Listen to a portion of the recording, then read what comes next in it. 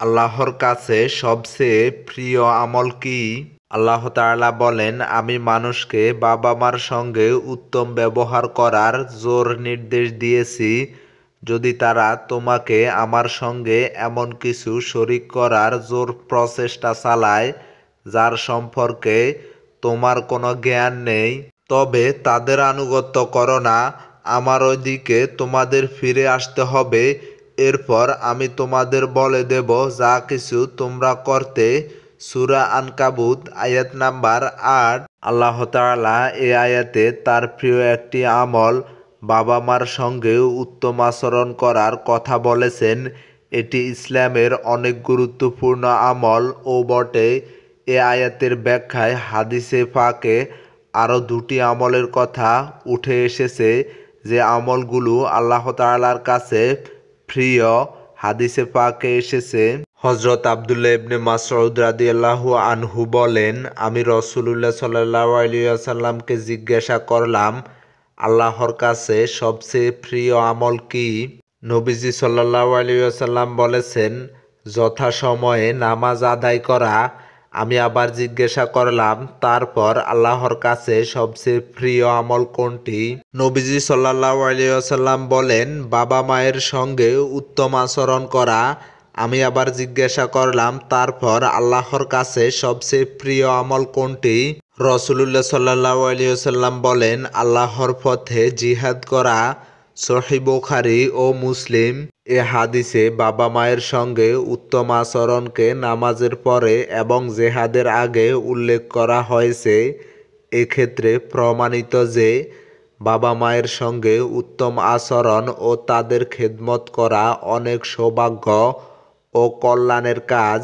এ প্রসঙ্গে অন্য একটি হাদিসে এসেছে, হযরত আব্দুল্লাহ রাদিয়াল্লাহু তাআলা আনহু বলেন, এক ব্যক্তি রাসূলুল্লাহ সাল্লাল্লাহু আলাইহি ওয়াসাল্লামের দরবারে উপস্থিত হয়ে বলতে লাগলো যে, আমি আপনার হাতে হিজরত ও জিহাদের জন্য বায়াত করেছি আর আল্লাহর কাছে এর প্রতিদান চাই। রাসূলুল্লাহ সাল্লাল্লাহু আলাইহি ওয়াসাল্লাম তাকে জিজ্ঞাসা করলেন, তোমার বাবা মায়ের মধ্যে কেউ কি জীবিত আছেন? সে বলল, জি হ্যাঁ, বরং আল্লাহর শুকরিয়া তারা উভয়ে জীবিত আছেন।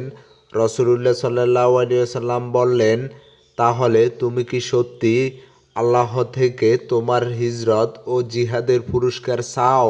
সে বলল, জি হ্যাঁ, আমি আল্লাহর কাছে হিজরত ও জিহাদের পুরস্কার চাই। রাসূলুল্লাহ সাল্লাল্লাহু আলাইহি ওয়াসাল্লাম বলেন, তাহলে যাও, তোমার বাবা মায়ের খেদমত করো, তাদের সঙ্গে ভালো আচরণ করো। সহিহ মুসলিম।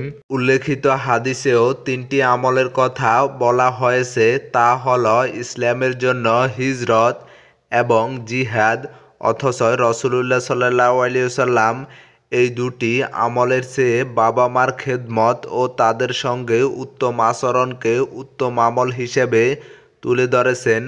বাবা মার প্রতি যথাযথ দায়িত্ব পালন করতে বলেছেন। সুতরাং কোরআন সুন্নাহর নির্দেশনা অনুযায়ী এই বিষয়টি চূড়ান্ত যে আল্লাহর কাছে সবচেয়ে বেশি তিনটি প্রিয় আমলের মধ্যে অন্যতম একটি হচ্ছে বাবা মায়ের খেদমত করা এবং তাদের সঙ্গে উত্তম আচরণ করা। তাই বাবা মা জীবিত থাকুক কিংবা মারা যাক, সব সময় তাদের জন্য এভাবে দোয়া করা, রব্বির হামহুমা কামা রব্বায়ানি সগীরা। সূরা বনী ইসরাইল আয়াত নাম্বার ২৪। অর্থ, হে আমাদের পালনকর্তা, আমাদের উভয়ের প্রতি রহম করুন, যেমনিভাবে তারা আমাকে শৈশবকালে লালন পালন করেছেন। রব্বানাগফিরলি ওয়ালিওয়ালিদাইয়া ওয়ালিল মুমিনিনা ইয়াওমা ইয়াকুমুল হিসাব। অর্থ, হে আমাদের পালনকর্তা, আমাকে, আমার পিতামাতাকে এবং সব মুমিনকে ক্ষমা করুন যেদিন হিসাব কায়েম হবে। সূরা ইব্রাহিম আয়াত নাম্বার ৪১। আল্লাহ তাআলা মুসলিম উম্মাহকে বাবা মার সঙ্গে উত্তম আচরণ ও তাদের খেদমত করার তৌফিক দান করুন। তাদের সঙ্গে উত্তম আচরণ ও খেদমতেই মিলবে ইসলামের জন্য হিজরত ও জিহাদের সওয়াব। আল্লাহ তাআলা উম্মতে মুহাম্মাদীকে বাবা মার খেদমতের জন্য কবুল করুন। আমিন।